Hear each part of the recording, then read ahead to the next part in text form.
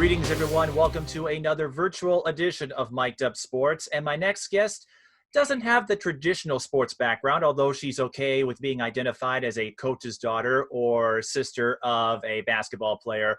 But that's okay in light of George Floyd's death and the movement that has followed in the weeks since then. Our podcast doesn't mind bending the rules a little bit. We have Devyn White joining us. And Devyn, while you didn't play sports like your mother or sister have, you were a cheerleader, if I remember correctly, at East Ridge High School. So you are used to some form of athletic activity, and I imagine you were also a fan cheering on your sister as a high school player. So you may not be an athlete in the traditional sense, but you are very much a part of our extended family. Yes, for sure. I've always been just kind of wrapped into the sports family by default, but I loved it there. I'd say I had a bunch of different roles. I was an assistant coach. I was a basketball manager. I was a concessions manager, just all in my own right, helping my mom and my sister throughout all of those basketball years. Now, I was told that your basketball knowledge isn't quite as extensive as Demaya or your mother, who's a good friend of mine. How would you attest to that statement? Yes, I mean, I totally agree. I tend not to draw towards things that I'm not naturally skilled at, and I did not gain that basketball skill. So some of my knowledge on it is it's very basic, entry level. I'm usually just there to, be of good spirits and, cheer my sister on and my mom as much as I can with what I know as of what's going on with the game. On the bright side, I guess that means you can be a fan like the rest of us. You don't have to worry about X's and O's and scouting reports and prospects D1, D2. So you don't have to get caught up in the drama that sometimes follows your mother and I. Exactly. I literally get to wash my hands with all of it like coronavirus. Just wash it off. I'm just there for the game and to get in and out and for a hot dog and a Sprite. Well, hot dog and Sprite. So that seems to be your in-game meal, I guess. I wouldn't say Yes. pre-game. Yeah, that's my concessions go-to. So you, of course, have been busy the last several weeks doing a lot of community gatherings, whether it was helping clean up areas of Minneapolis that were impacted by the riots and continuing that through protests, other gatherings, and other community events. So when you first heard about George Floyd's death, I don't know if you saw the video or not, but what was the emotional process you experienced when you learned of what happened? So when I learned of what happened, I was actually at home. It was prior to me getting ready to go into another day of distance learning. It was rounding to be around summertime. It was the week prior to the last week of school. And the video, I unfortunately did see just a bit of it. I couldn't watch the entire video. But upon seeing the first couple of minutes and then, of course, presuming, what had happened via the headline, it was just an emotional numbness, especially to have been a person of color, specifically a Black woman who have personally lived in spaces where other police-related deaths have happened to Black people. I went to Prairie View A&M University where the Sandra Bland case happened. So I've personally driven on the road that she was pulled over on and aggressed on many of times. In Minnesota, is where Philando Castile's case happened. I've driven down that road many of times. If anyone's ever been to the state fair, they probably can attest that they have as well. So it was just a further realization that these are not occurrences that I can just chalk up as hopefully it won't happen to me. It was an isolated event. It was very much so black and white that this could have been me. It may have been me, and one day it will be if there's not a change that happens. So it was just an instant numbness followed by anger, and then a push of action to figure out what needs to happen to make sure that this doesn't happen again, and that I don't feel this, insecurity of my life of not knowing if my skin will be valued enough to make sure that I can breathe to, defend myself, or continue to go about the work that is so great, and people aren't, threatened by my skin type enough to, take my life, which is something that might sound crazy coming from, someone like me, but with the nature of these crimes literally just being against our skin, it really doesn't matter the content of your character or the great works that you've done if people just see you and they weaponize you. So it was very much so disheartening, especially working in a school district where I serve, Black and brown little boys and girls who feel the same fears.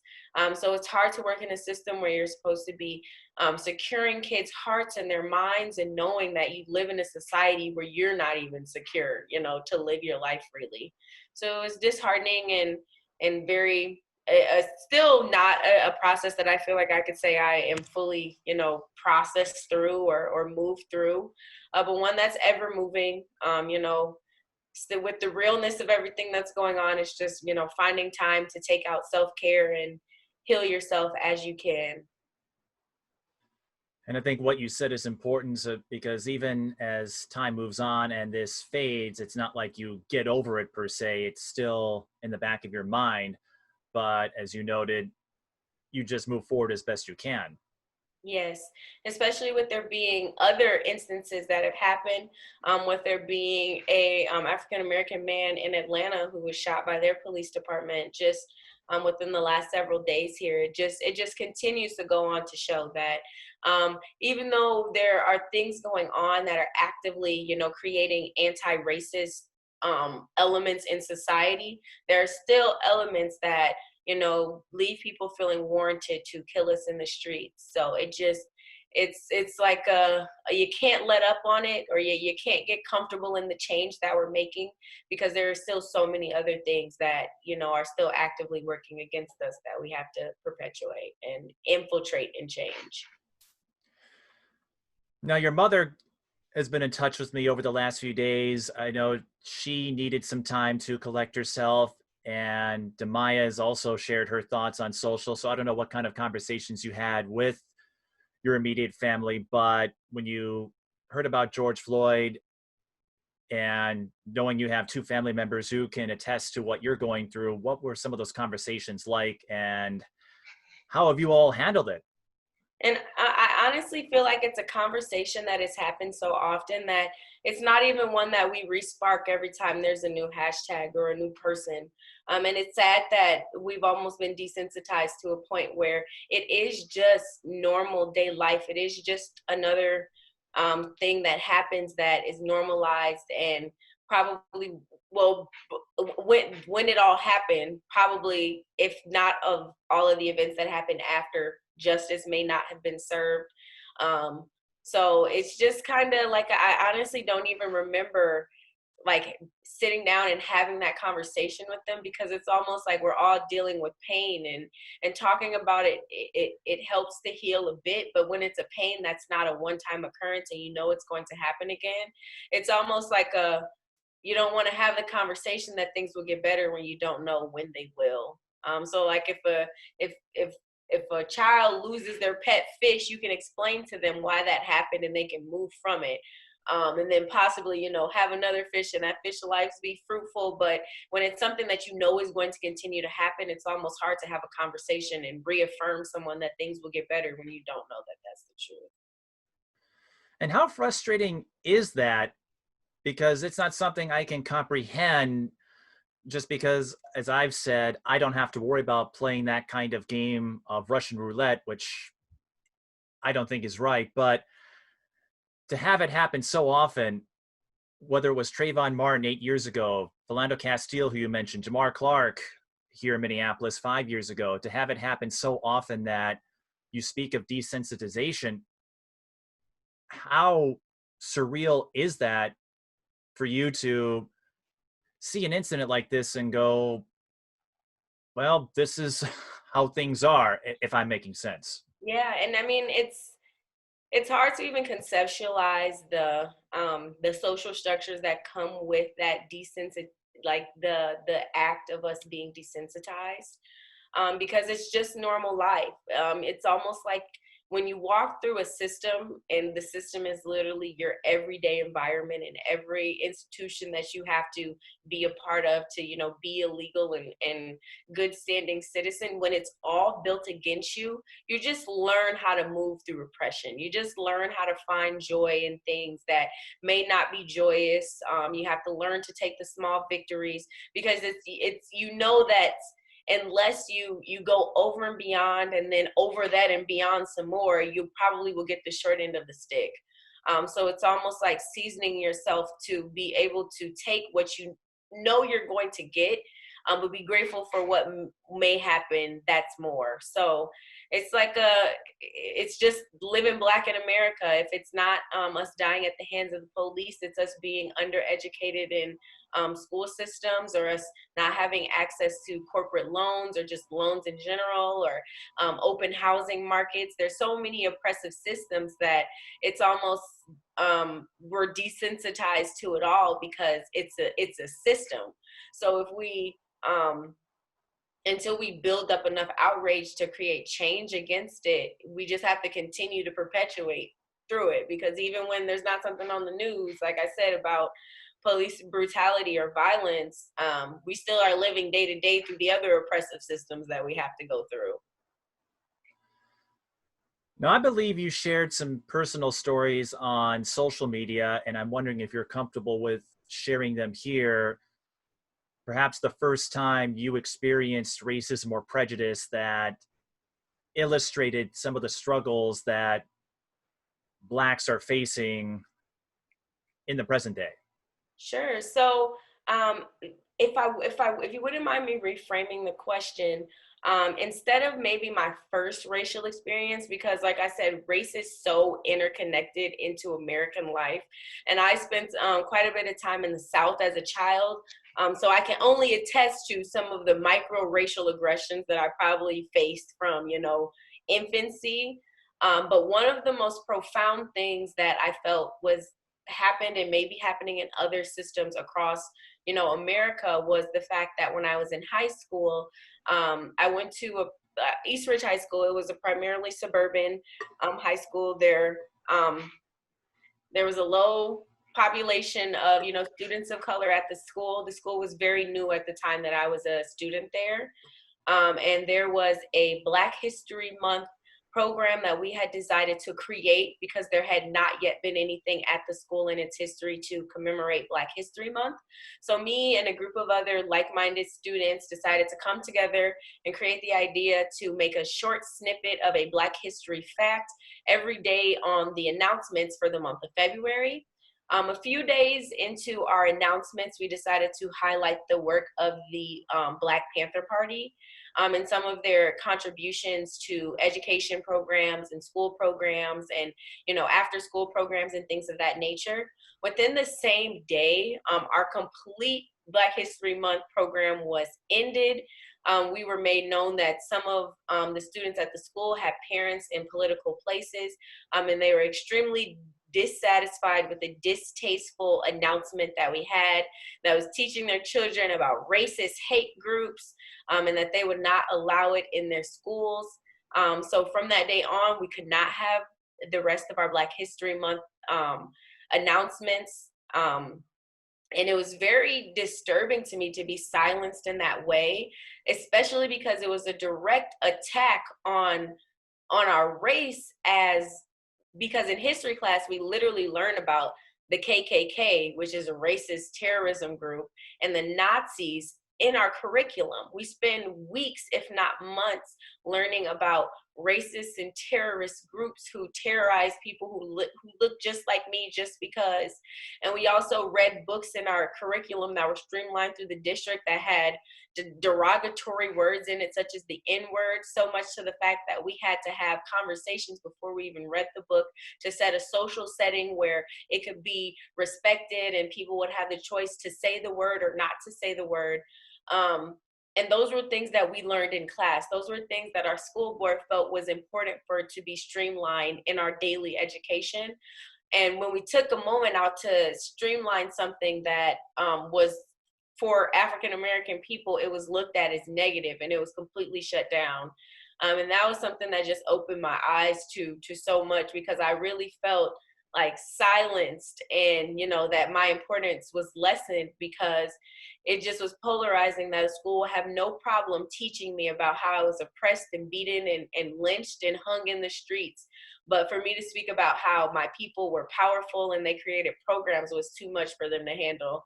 And I actually am in talks with my school district now to have restorative action amongst some of those things, as well as other racial things that I feel like a lot of students, especially of color, that go to suburban school districts face via microaggressions from their educators.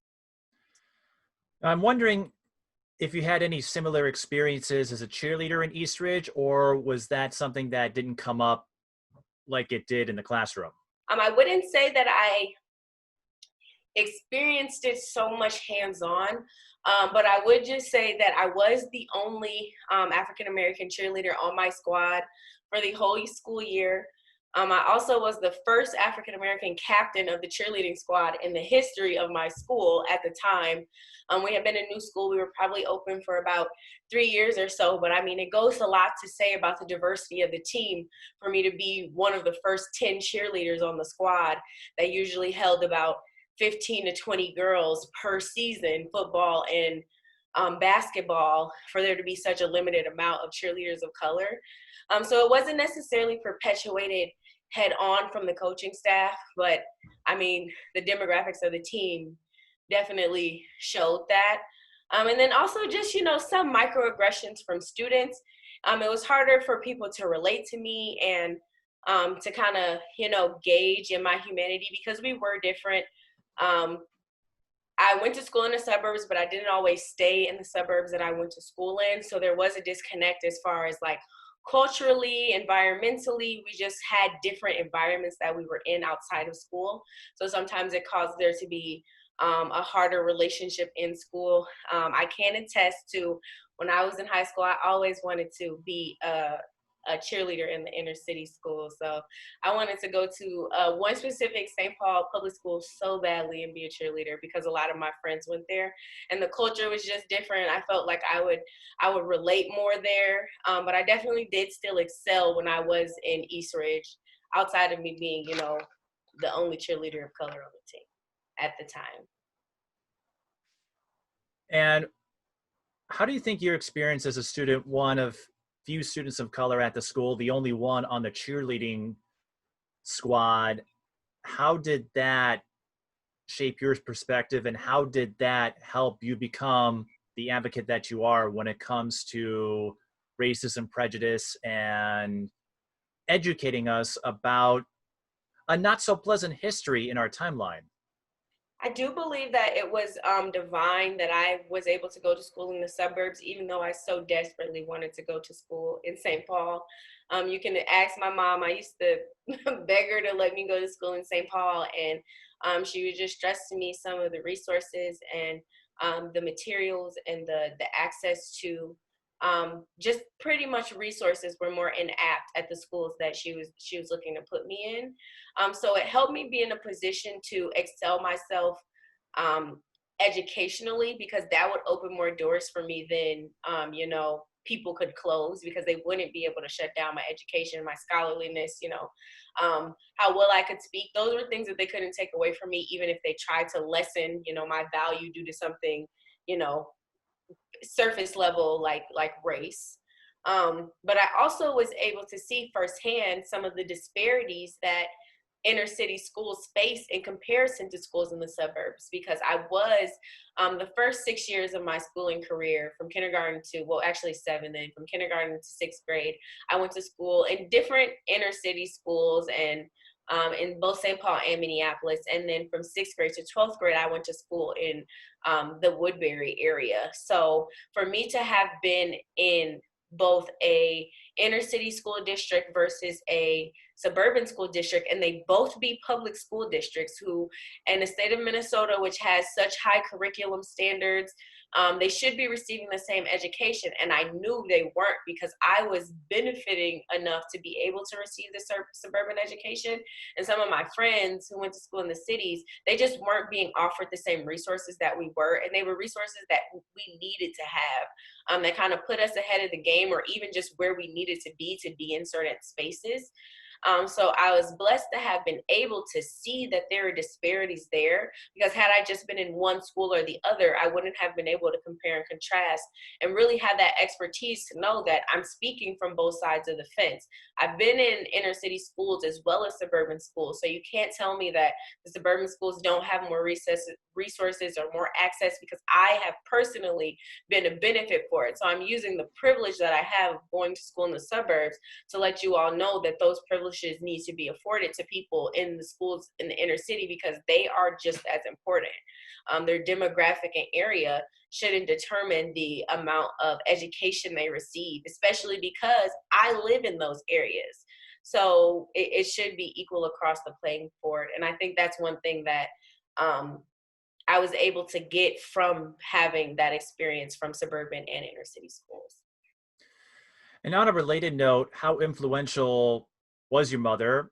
And even though you're the older sister, how influential were those two in helping you become the person you are and understanding some of the disparities that people of color face in education and the rest of society? Well, for sure, my mom was super instrumental. My mom has always been a champion for youth everywhere since I've been a kid. Even when I was extremely young, my mom was a basketball coach. So like we were playing on like the little pee-wee teams and at rec centers over in North Minneapolis, where my mom used to coach. So I was always in connection with other kids. I was always seeing my mom, dive her heart into, making sure that everyone was taken care of and that they had the resources. And if they didn't, that she was able to, push them in the direction of someone who did. So I think I was, blessed to gain some of those quality traits of, just being a community leader and pushing myself into those positions where people need me. And then just having Demaya be in basketball pretty much her whole young life, it just kept me seasoned in being in basketball all year round, fitting myself into spaces to be of assistance. When your mom's the coach and your sister's in AAU, you kind of just naturally become a youth liaison because you're always around kids, especially with a lot of the girls that my mom coached being maybe within 5 or 6 years of me being a little older than them, but still in that relatability bracket. It really allowed me to develop a lot of my leadership qualities and gain the trust of a lot of the youth that my mom worked with, and then me build a bridge for resources and connections with them as well, with them just being able to trust me and know that they can come to me for sound advice. A lot of the players that my mom has coached, I consider myself, not necessarily a friend of theirs, but definitely like an older sister in some ways, just because I probably stay on them just as much as my mom does, especially Zarina. Yes, and I've heard so many wonderful things. I know Zarina, maybe not the best basketball player in her class, but what she's done to speak out and use her voice, does a lot of spoken word. I think she's done some music as well. And when you discover her backstory, as I did, your mother was instrumental with that. Yes, She's going to make a difference. Zarina. She was an excellent basketball player in her own right and an even greater activist. She's at Spelman right now, continuing the work and just being a movement leader as she always has been. And I'll be curious at the end of this conversation to see how many times you and I make your mother or Demaya blush with that's what happens though when they're part of your circle of friends. Now, you mentioned going to Prairie View A&M and HBCU, if I'm correct. What was that like for you? Because as far as the student body is concerned, it's a big contrast from what you experienced at Eastridge. But for you, I have to imagine it helped you become more in touch with who you are as a Black woman and as an advocate, activist, a person looking to make a difference in this community. Yes, for sure. I definitely say that you were right on the nail with my experience at Prairie View being completely polarizing to my experience at Eastridge. It was almost like day and night, whereas at Eastridge, I had to bind a group together to create a small, like, Black student union, or a place where we felt relatable and connected to each other. Whereas at my HBCU, we were a Black student union. We had a Black student government, and we were governed by us. And it was very powerful to see, especially coming from Minnesota, where there are so many economic disparities that keep Black people out of positions of power, and equity, and home ownership.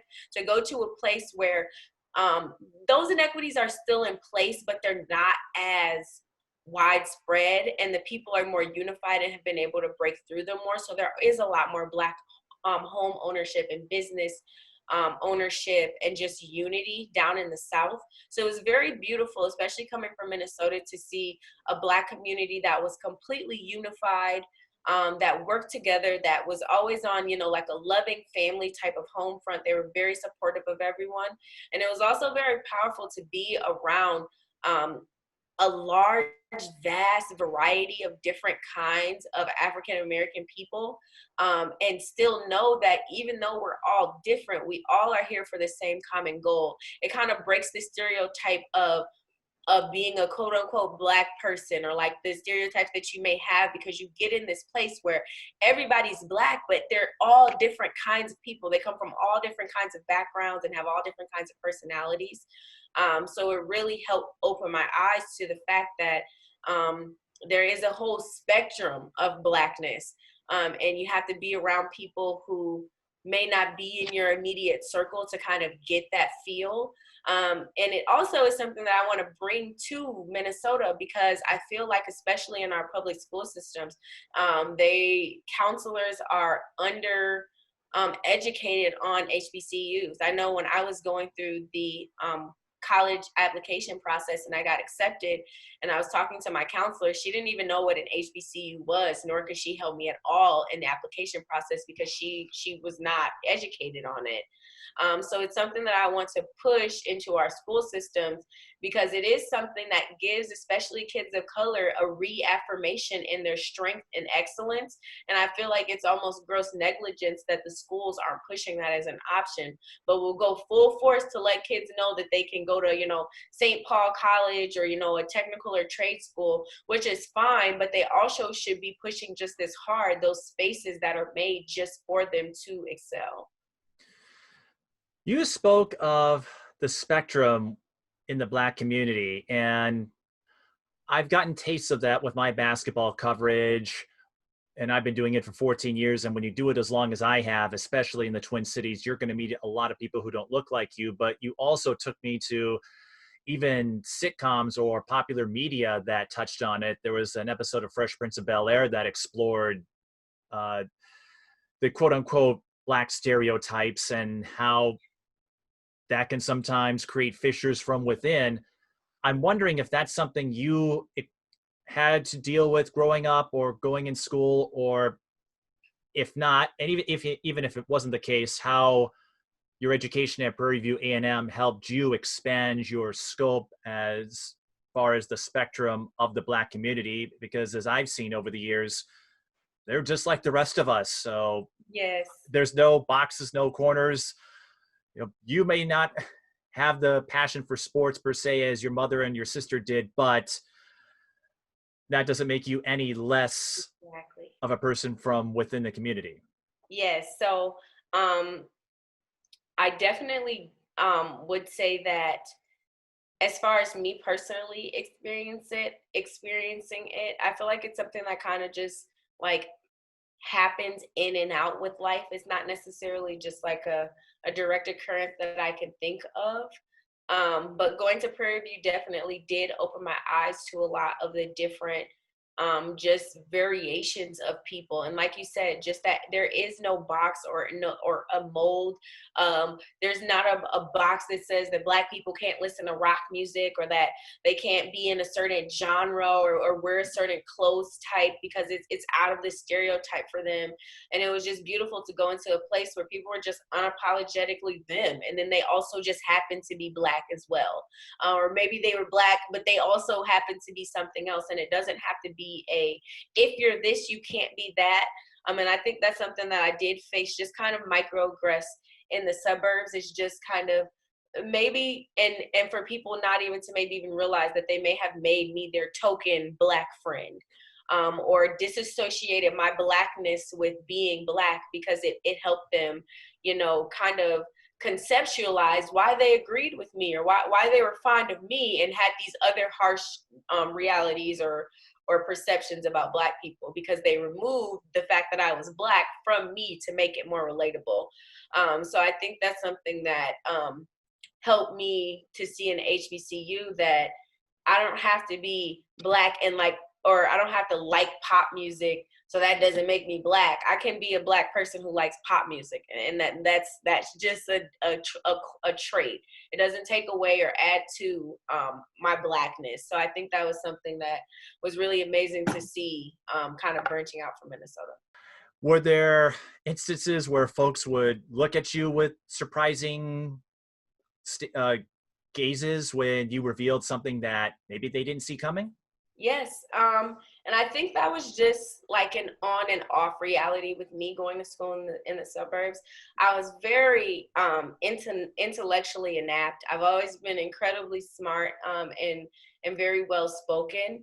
So there are sometimes a lot of places that I would offer to put myself up in, that I can almost tell people may have been surprised or possibly hesitant, or maybe even question my ability, but I never let that stop me, because I knew it was coming from a place of implicit bias from them, a place where they usually see me and my, stereotype in their head associated with one type of behavior or one type of outcome. So they automatically push that on me without even knowing my capabilities, knowing my skill sets.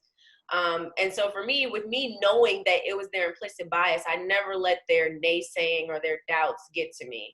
I can attest to some of my other friends saying that they would try to sign up for higher level courses, and their counselors would suggest that they wouldn't, even if their grades clearly showed that they were in a place to be able to do those things, just because of someone's implicit bias, that they may feel that African American children can't learn at a higher pace, or on a certain level of competitiveness, that maybe they shouldn't take that course for their own good.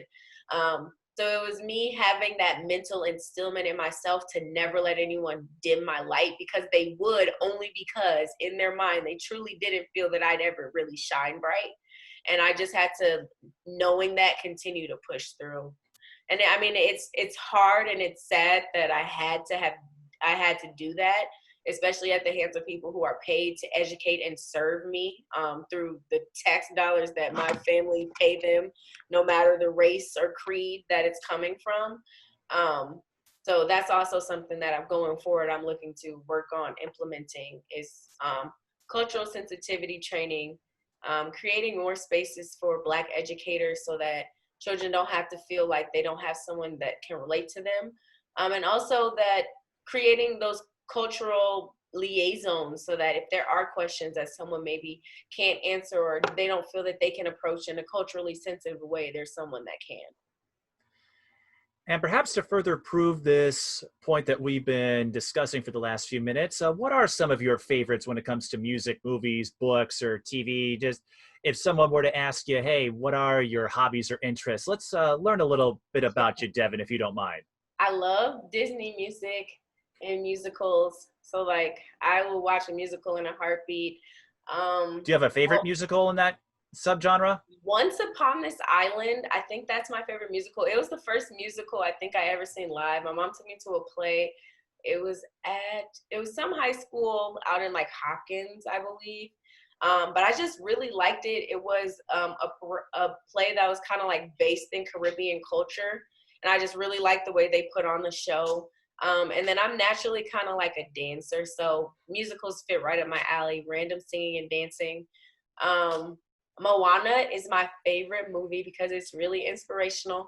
I just feel like the way she just didn't take no from anybody, even though everybody thought she should be in one place and stay on the island and do her job that had been working. And, you know, everyone thought that's what she needed to do. She just knew that there's a higher calling and a purpose that she needed to fulfill and that she would get to it. And the songs are really inspirational. So I really love like Disney music and musicals and just all things kids related. I often kind of like remix like very popular like hip hop and R&B songs into kids learning songs, and then I'll sing them at school. Cause I mean, it makes learning fun. The kids love it, so that's half the battle is getting them to like school. So what are some songs that you've remixed to kid or education friendly versions? Um, there is a song. I think his name is like it's like a Ti song and a bunch of different songs. It's called California. I remixed that song. Um, there's this Moneybag Yo song, 321 or 123. I remixed that. I remixed Diva by Beyonce. Um, I think that's it. As far as what I just did in the past school year, I'm always kind of coming up with little like rhymes and jingles and stuff for the kids just to make it fun and engaging and culturally relevant because I listen to music all day at home. I know my mom and my aunts and my sister do. So it's also important to have music that you may hear at home, maybe and change the connotation of the lyrics, but still have that same bass rhythm because it's relatable in schools. So then it takes out that connotation that rap music is bad or R&B music is not appropriate for kids because it's those same beats that we resonate with, and we change the connotation by adding positive words. I'm trying to envision music videos if you decide to take it a step further of all these class-friendly songs. COVID-19 stole our opportunity to record a music video because the kindergarten class I work with we were planning on recording a music video for our end of the year song. And due to, you know, COVID-19 still in that last couple of months of school, we weren't able to swing it. But stay tuned. We'll definitely have some music videos next year if And, COVID permits. right, who knows what's going to happen. I know I've been sitting at home for the last 3 months, and although if it wasn't for COVID, I wouldn't be doing these podcasts. So Yeah. I've enjoyed these opportunities to share stories. And when you mentioned Moana, I got into it, although the pretext was a little different. My sister told the rest of us, I'm the oldest of four, but my sister said, we're watching this on Thanksgiving. It's like, okay. And then I did a little research, and in the promotional material, I remember Dwayne Johnson being interviewed and his agent telling him, you're effing singing in this movie. And I'm like, all right, I'm in. and, and I really love that movie. It is a modern day Disney princess movie compared to what maybe you and I grew up watching in the 90s, uh, which illustrates how Disney's tone has changed. They've come a long way as far as the type of content and the empowerment that they put out there. But Moana, I'd say that's a good choice. I know that's one of my favorites. And The Lion King, of course, is up there. Fun fact, it introduced me to both Elton John and Hans Zimmer. I had no idea who they were before then. And yeah, so I've got a soft spot for that. And the Toy Story movies, of course. So I think we all have a little bit of that kid in us, even though I don't work with kids the way you do. Yes. I just love kids, and I feel like that's why I love Disney movies so much, because you can shamelessly sing Disney songs with kids for hours. Now I asked one of my counterparts in their 20s to, you know, jam out on the Pandora Disney station, and they might give me some funny looks. I know you came back here after you finished your education at Prairie View A&M, and you've been working at the Osseo School District. So what led you there, and how are you using your position as a teacher, as an educator, to change the narrative about racial disparities? So I actually was led to the Osseo School District through a program called Freedom Schools, Children's Defense Fund Freedom Schools. I worked for the program in Houston, Texas, and then I was looking for a program in Minnesota, and one of my close friends from high school actually had worked with the Osseo program, so she personally referred me to be a part of the program. And as I was working through the summer, I seen that the school that I was working at had some openings that school year. So I started my application, and before I could even finish, I got a call for an interview that next day. So I interviewed while I was at Freedom School on my break. The kids were all, up in arms about it because I had to kind of dress up a little fancy for my lunch break. And they're like, "Miss White, you have heels on. What's going on?" And I was like, I'm going to an interview. And they're like, "Where are you going?" Because the interview itself was at the school. So it was really powerful to kind of just transition from that summer literacy program right into the school year. And I used my power as an educator to just try to push out as much culturally relevant content for kids as I can. I feel like school sometimes is unrelatable because it's literally just unrelatable. They're not materials that you're culturally sensitive to. They're not things that you usually hear at home or see around you. So you just naturally disengage from them. So when I put the information that they need to know in a way that's engaging to them, they tend to receive it more and then want to continue to receive it. So I'm always making up, like I said, songs, games, bringing it to kids on a way that they relate to. Not making them feel like they have to code switch in school, that they can really be themselves and have someone there that understands them for who they are and not who they have to be from 9 to 5 to be an acceptable student. Teaching freedom in classes. So taking out some of those school elements that are kind of written in, institutionalized racist ways and giving kids more of the freedom to be themselves and, have that power to know when they shouldn't be doing things, but not overly exert your power on them. And also just some things that I had tried to put visually up in the school was me, along with a couple of other coworkers, created his periodic table of Black history in our school, where we had maybe like 5 or 6 categories: activists, entertainers, sports people, scientists, politicians, just a couple of different categories. And we labeled famous African American people from each category up in like a periodic table element. And it was super bright. And we had it on the entry wall near the entrance of the school, which kind of exposed kids to a lot of influential Black people that they may not have known about. And it's just as simple as when I'd see a child walking past, I'd say, "Hey, find a name on the board that you know." And of course they go to some of the bigger names like, Oprah or Michael Jordan or, Martin Luther King. And then I say, well, if those are the type of names that are on the board, pick 3 people that you don't know and look them up. Because if those are the type of people that we have up there, the rest of the people are influential as well. So it just kind of just subconsciously expose them to a lot of great people, which then in turn would make them think of themselves highly. If I never knew that there was someone who looked just like me and had the same background as me that was in a position in a very high place, I may not have seen it as attainable. But once I change that perspective and I see that there are people who look like me doing these great things, it makes me more inapt to know that I can do those things as well. So I wanted to make sure that my kids are represented and exposed to as much as they can be. And if you don't mind me turning this project around a little bit, whether it was as a student growing up or what you're doing now as an educator, who are some of the people who look like you that you find inspiring, whether they're big names or not? Of course, my mom, Latoya Turk, Michelle Obama for sure. I love Michelle Obama. Issa Rae, she's a screenwriter, actress, producer. She's incredibly dynamic. I love the way that she brings Black film to the screen in a very culturally relevant way. Who else? Barack Obama. And just a lot of the smaller influential people. A lot of the women in my family have done very well, especially given that my family is about like 3 or 4 generations out of sharecropping, which is pretty much as close to slavery as you can get in modern day. So just with us being extremely successful, even having all of those directly oppressive systems just being lifted off of us in the last couple of generations. Um,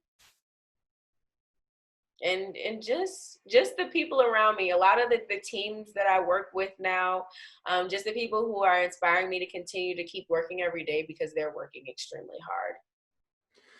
You brought up Issa Rae, so I take it you're a big Insecure fan? Yes, I actually think it's on right now, I think. You mentioned her, and then of course, as far as filmmakers go, I know he hasn't done as many movies as some of the or his projects yet, but I became a big Ryan Coogler fan after seeing Creed and Black Panther, Yes. and how he's able to incorporate uh, issues and just situations the Black community faces, but turn it into a big picture storytelling. And And representation is really yes, important. It's very important for kids to see themselves in spaces that they go to and they visit. And media doesn't always show that. Sometimes, often in media, Black people are portrayed only in one light. It's always the negative stereotype. It's always the lower income person. It's always something negative and not as much positive. So, of course, society, especially society who isn't as well, are in areas that are diverse where they have to interact with Black people and can gauge their humanity. If they only see this one thing on TV or through the media, of course that becomes their implicit bias when they don't have anything to challenge it. So it's very important and beneficial that right now we have a lot of producers that are willing to show Black stories from Black perspectives in a way that is not negative or harmful, but is truthful and it's relatable.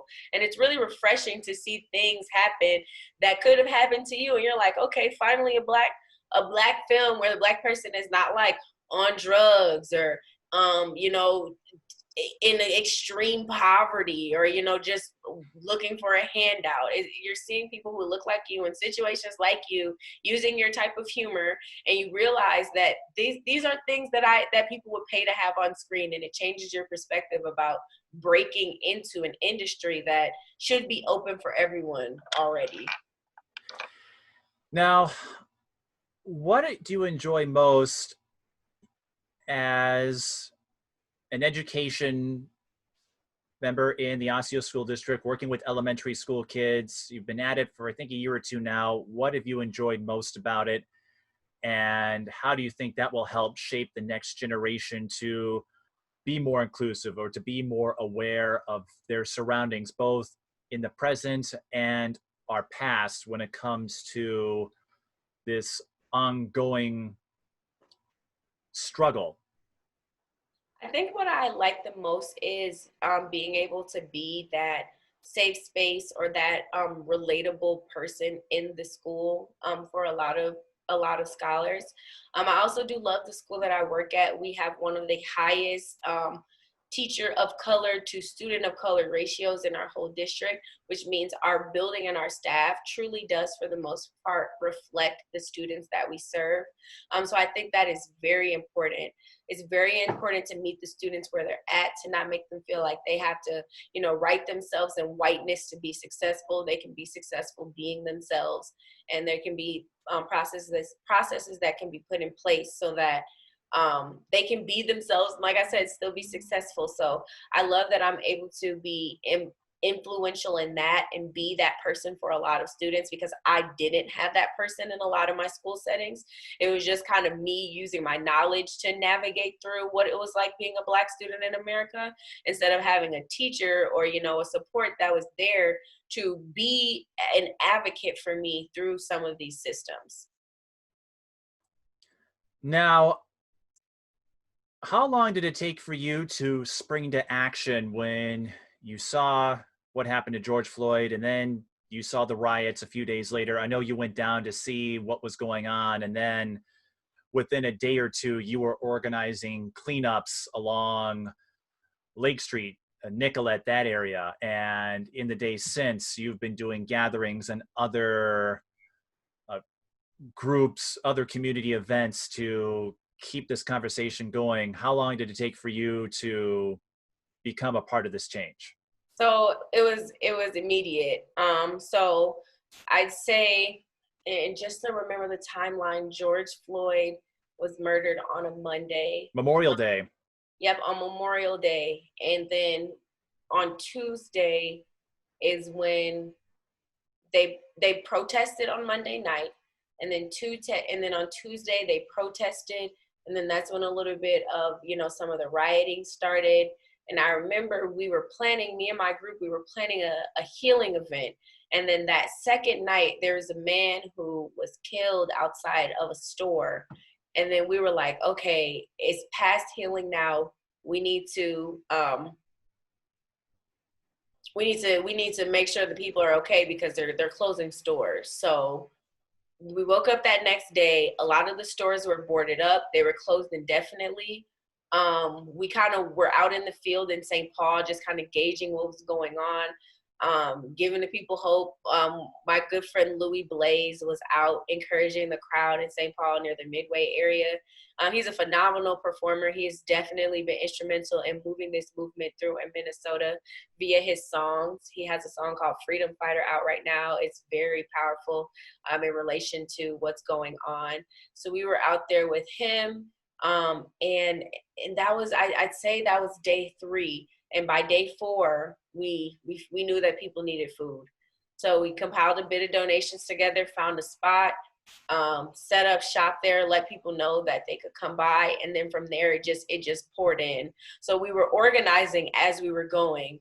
We were getting things in order and, getting some of those more technicalities ironed out as we had already started. So the action started immediately. It was just where our energy was pushed continued to change as the narrative was changing day to day. And if I recall, you shared some stories or anecdotes on how much support you were getting, far more than I think all of these charitable drives were expecting. Grocery drives had to turn people away because they were getting so many donations. So when did it hit you how big this movement was to help rebuild and repair these communities, and how cool was it to play a part in that? It's almost even so hard now to gauge how big of an impact we made, just because we're still day to day just getting things for people and helping out other drives and just kind of pushing our resources and our connections where they're needed. And honestly, I don't even want to gauge the impact yet. I want to impact as many people as we can and then go back and see how much of a great impact we have. Because now is the time for change. So it's like that was a little pebble in the river in comparison to some of the boulders that we want to, make waves with. Might seem little for you, but I have to imagine for members in Lake Street, down in that area, Nicollet, that don't have a grocery store to get to or other supplies, I imagine they might see it differently. But Yes, what kind of? Go ahead. We impacted the St. Paul area as well. So our pop-up drives were at Jimmy Lee Recreation Center as well as Tin Cup. So we were right in the heart of St. Paul, right in the Midway area as well as the East Side. So we definitely wanted to make sure that the communities that may not have been, as represented on media as far as what was going on, they were still hurting and, needed to be served as well. And I get what you were saying, that you were just playing a small part in this, but as I said, if you were in that situation, I have to imagine for all the people who you've touched already, I'm sure they're grateful to have you. And I don't know if you got anyone or if people came up to you. I know you got together with a lot of buddies of yours to make this happen. So did you get any feedback from the people you were serving? Well, I mean, yes, we did get some feedback, and just from the people who, personally were at the drives, they thanked us. And then through our text delivery line, we did receive, just some thank you texts. But we do just have to give all the glory to God. A lot of the resources that we were able to compile together, a lot of the connections that we were able to create, they were higher than us. It was nothing that we had the power in our own hands to do. It was definitely things that were being divinely placed around us. So we did receive a lot of thank yous from the community, and I just have to thank God for giving us the resources to do it, because without him, we wouldn't have been able to. So we definitely were, appreciated for our work, but I would be more happy if no one ever knew my name and the work was still able to get done. And yet here you are on this podcast. I think this is your third, if not more. You've been getting a lot of interview requests in the last week or so. Yes. And for someone that maybe doesn't want to be known on a first name basis, I have to imagine it's a little surreal to keep coming on and sharing your story. But I also feel like you have this unique opportunity to not only make a difference as you have in both the Rondo area and in Minneapolis, but also have a chance to educate us and give us some perspectives that we either hadn't thought about or hadn't considered as seriously until now. So what do you make of all the attention you're getting over these last few weeks? I mean, it's overwhelming, but I of course know that it's divinely placed. So if I'm able to use my voice to accelerate God's will and his mission through me, then I don't mind it. I've just been trying to be as versed in, interviewing as I can be, and just be as well spoken as I can be, so that I'm articulating the message and the vision as clearly as possible, and making sure that we can maximize impact and reach as many people as we can throughout all of this. And even if the community outreach that you've been a part of is just a pebble while you're trying to move the boulder, what do you get out of the efforts you organize to help people in need? Well, I love helping people, so it's what fills my cup. It's what makes me gain purpose, and I feel like I just am put in a place where I can have access to resources and connections, and it would be negligent of me not to make sure that those are well spread and that everyone has access to that information. And if they don't, they know where to find it. So I'm happy that I'm able to be the vessel that it's moving through, and I just hope it continues to go up from here. Now, from your perspective, why do you think the protests, the community gatherings, all of these events surrounding George Floyd, and we may see more with Rayshard Brooks, I think was the man who was killed in Atlanta a couple days ago. Breonna Taylor's name, Ahmaud Arbery's name have come up as well in conversation in these last few weeks. A lot of times you would see protests and other responses for a week, maybe a little more, and then we move on to the next thing. I know I have some thoughts as to why George Floyd's name is still in our consciousness almost 3 weeks later. What do you think is different this time that is causing people in the United States and across the world to come together and make their voices heard? I think it's just the tip of the boiling point, especially with us now being in this phase where whatever the new normal is currently still being written. We all want parts in rewriting what that new normal is. And I think in the era of society right now, there's a generation that's rising that is not waiting for a yes or a no. They're not waiting for an okay, you can do it, or we want to give you the opportunity. We know the opportunities that need to be had, and we're just going to take them. I mean, I think that's the difference this time, is that we're not stopping until action is being taken. We're coming up with the actions that need to be taken, and we're just putting those plans in front of the people who are looking to, be a part of the change. And if they don't want to be a part of the change, that's fine, because we're still going to make sure that it happens. So I think it's just the dawn of a generation that is pushed to action. And it's a breaking point for us. And we've lived in this ultra desensitizing time, especially in my generation, just in our lifespan, some of the crazy things that have happened. And we also, on top of all of the crazy things that are happening in America, we're not going to stand for dying just for being Black anymore. And it's time, and there's a consistency that we know that we've been benefiting off of, so we're just riding with it.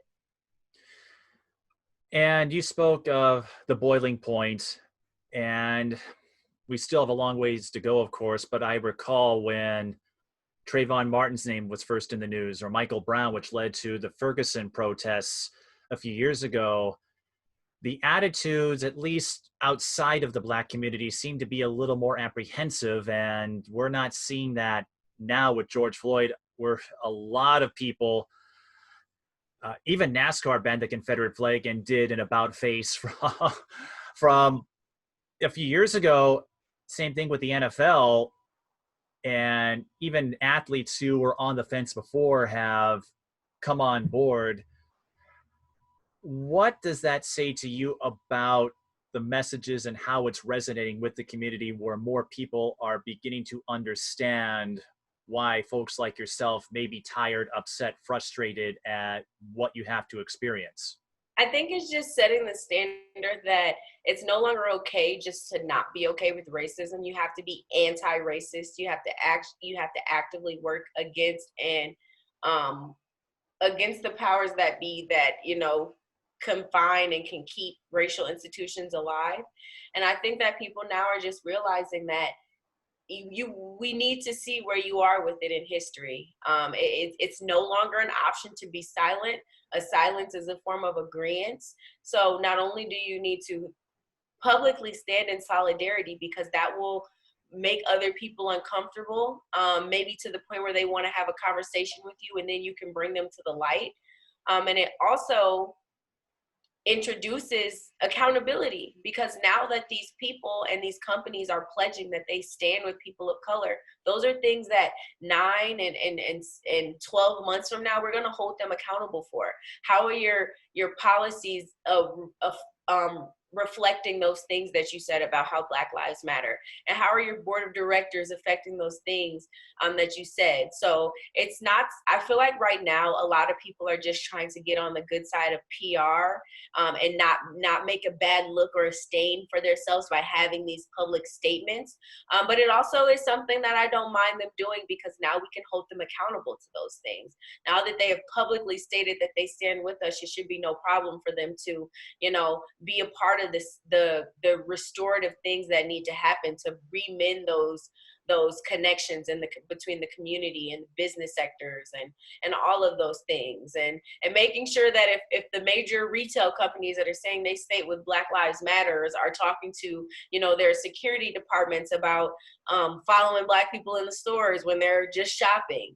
So making sure that people are down to even the minute levels, holding on and being accountable for some of those things, is what I'm holding on to. I feel like it's powerful for people to come out and make a stance, but it's going to be even more powerful for them to stand on that in the long run.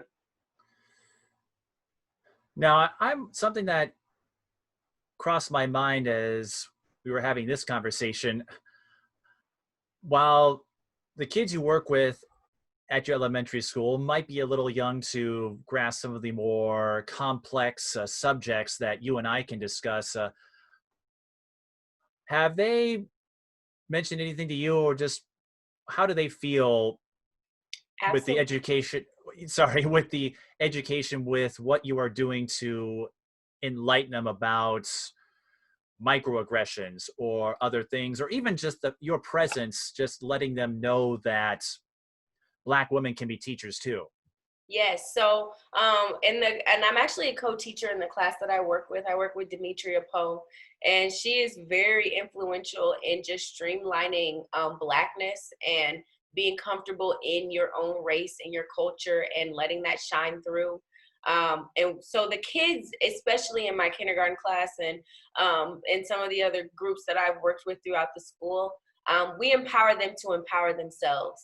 We're very strong in our Blackness so that they can be in theirs as well. And it kind of goes without saying that because we can, they can. So I think that's really powerful, but it also is important to know that the kids are dealing with some of these things. I was watching one of the major news outlets, and one of the second graders that goes to my school was actually on, and he was out in South Minneapolis with his mom, and his mother was cooking for the protesters, and he was out giving encouraging words and just embracing to the fact that he knows what happens and he knows that it's wrong. And as a young Black man in America, he's not going to stand for it as well. So it's just powerful to know that because we stand empowered in the school of Black and brown children, and stand in solidarity with their families feel safe when they send their children to the schools that we are at.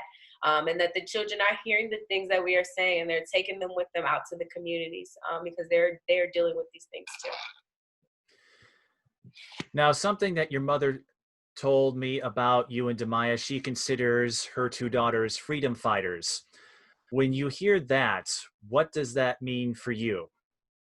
I've always been a freedom fighter. I feel like I just brace myself on having social justice be really important to me. I'm going to fight for what's right, and it might not be comfortable for a lot of people, but if no one stands to make the change, it won't happen. And on that note, are there any moments, instances where people you've encountered, whether it's in the classroom or in society, that came away more intelligent and more educated about, the Black community and their history, if you get where I'm going with this, where you had a chance to illustrate something they may not have thought about before? Are there any moments like that? Yeah, for And sure. I feel yeah. like being able to be a Black person in the space of a suburban school and have the benefit of not fully growing up in the suburbs, and maybe not having some of my racial culturalness erased out at a very early age, just to kind of be, normal or fit in. I was very much so Black in the suburbs in relation to some people who may have been like quote unquote suburban Black, where just due to the nature of them being in certain situations for a long-standing time, they react certain ways in cultural situations to not make anyone else uncomfortable. Whereas I never cared about making anyone else uncomfortable, because I was probably uncomfortable in the situation to begin with. So it put me in a space to be the person that they seen on a day-to-day. They were very relatable to me. I was very fun and bubbly, and they knew me and they could relate to me. So because they were able to engage in my humanity, it made it easier for me to break down some of those topics to them, that they may not have seen as Black and white before. And them seeing it now from my perspective forced them to do so. And what do you enjoy most about being a Black woman? We've talked a lot about the challenges that you have faced and that the Black community has faced throughout history, and it doesn't take long to figure out all the obstacles you've had to get through. But what do you enjoy most about being a Black woman I think and a Black educator?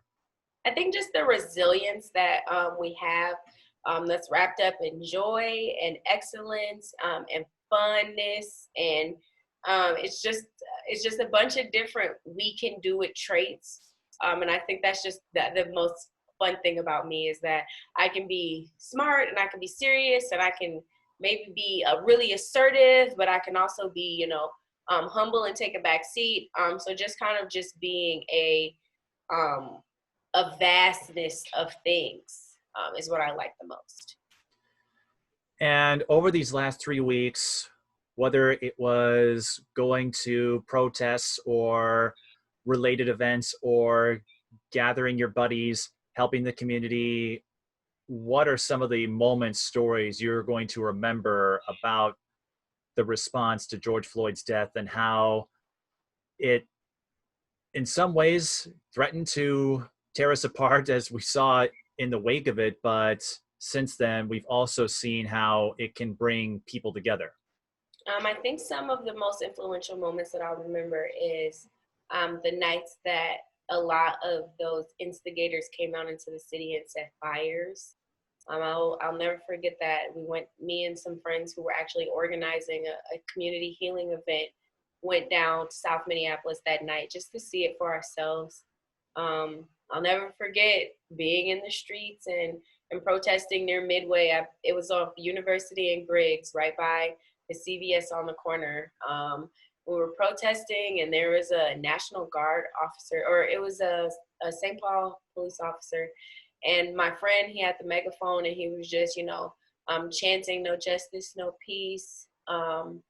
and she was pointing her tear gas machine like right at him, and it was just so polarizing because he was literally just speaking. He wasn't aggressing. He wasn't doing anything, you know, out of a peaceful realm.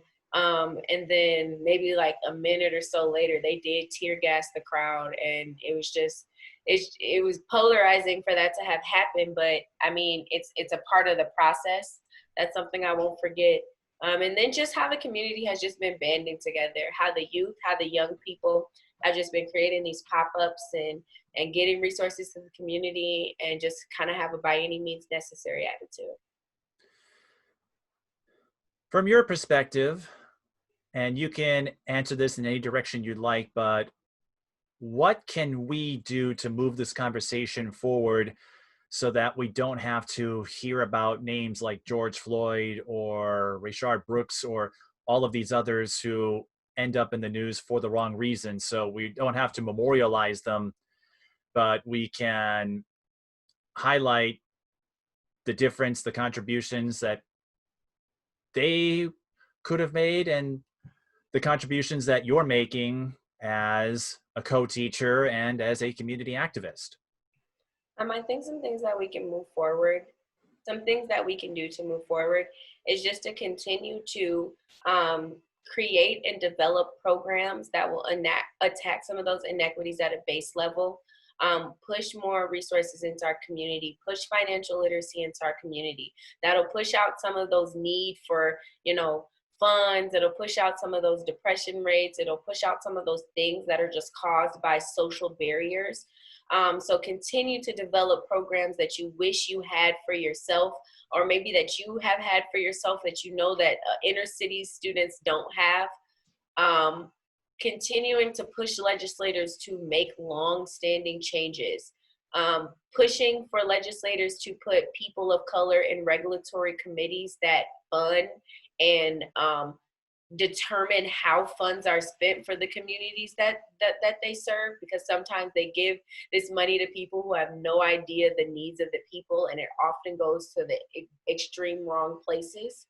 And then also just continuing the momentum, continuing to protest, and continuing to hashtag, and continuing to podcast, and continuing to do whatever it is in your power, in your skill set to push the music. If you paint all you can until your fingers bleed. If you make songs, write as many songs as you can. Use your skill in your craft to push the movement, because it's not just protesting and it's not just legislation. It's all things all the time to disrupt the space until things change.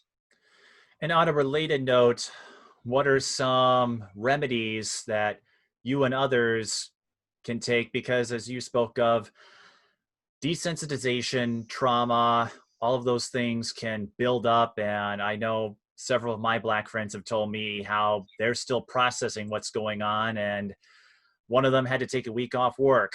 And it's not something I can fully relate to just because I don't have to worry about it. But when you see something like that, as you said, you had to pull away for a little bit to make sure you didn't go through a rocky patch. So what are some things you do to look after yourself when you'd have every reason to be overwhelmed? I definitely feel like it's incredibly important to disconnect from social media. Sometimes it can be overwhelming just to continue to see so many things that are sad, not necessarily negative, because they're being used to push a new positive narrative, but it can sometimes just be overwhelming to see how oppressed we are and how many times we have to plead out for people to want to change. So it's good for people just to disconnect, to do something that is totally non-movement related, engage in something that is good for them, that is fruitful for them, something that's their favorite, so that they can pour back into their cup. So then once it's time for them to go back out, their cup will be full. And I'm not sure what future community activities you will be involved in, but if there's anyone out there watching through your social media channels or on YouTube where I post these, if anyone in the Twin Cities area wants to help you, how can they get in touch with you or get involved? Yes, so they can get in touch with me via Facebook. My name on Facebook is Devyn Christina, Kristina, and then Devyn. I have to put that back. I've said it backwards, but it's Devyn Christina. And then also we are hosting a Juneteenth Black Broadway block party this Saturday, and it will be held at the Cub Foods in North Minneapolis off of Broadway. So I'll be sharing that flyer tonight. So you'll have access to that as well. I'll make sure to get it to you so you can get it through to your networks. But if that's something that people want to participate in, that event will be coming this Saturday, June the 20th.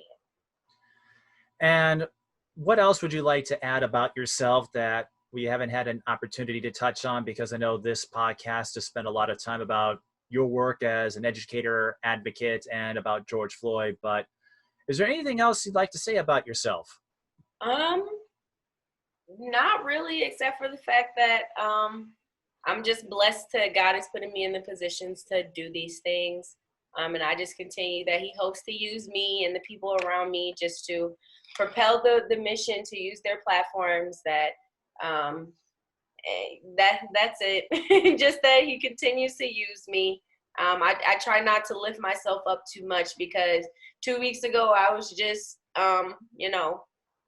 moving through the motion, trying to attack social action where it was in other places. So this, the unfortunate event that happened to George Floyd just set the social stage for there to be a lot of change.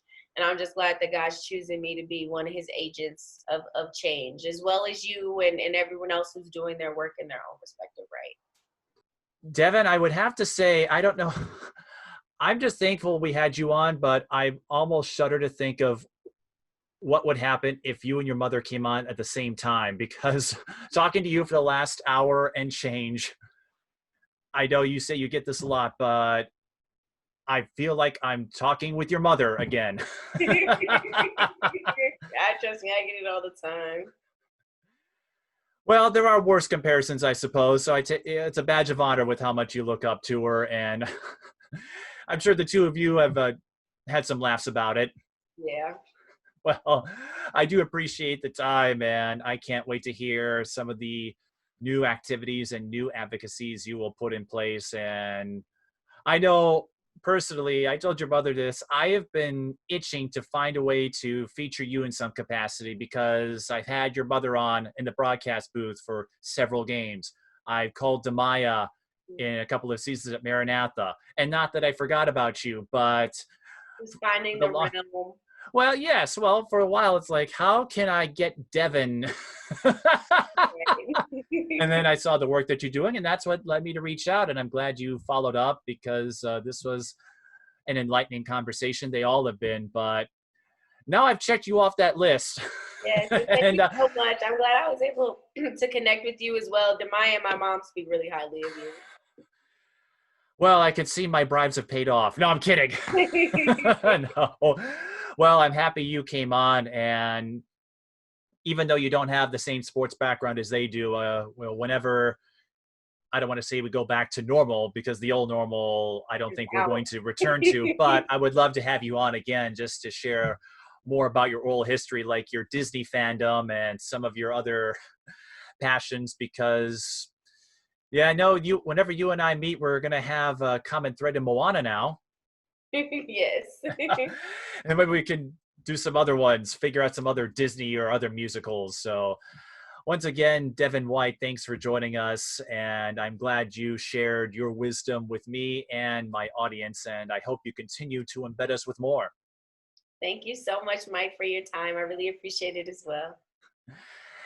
And if you want to do the same on a future episode of Mic'd Up Sports, just hit me up via email at tsbtelevision@gmail.com, or on social media, Twitter and Instagram at @TheMikePeden, as even though George Floyd has been laid to rest, the conversation about what comes next will live on, and that's something we intend on continuing as long as we need to.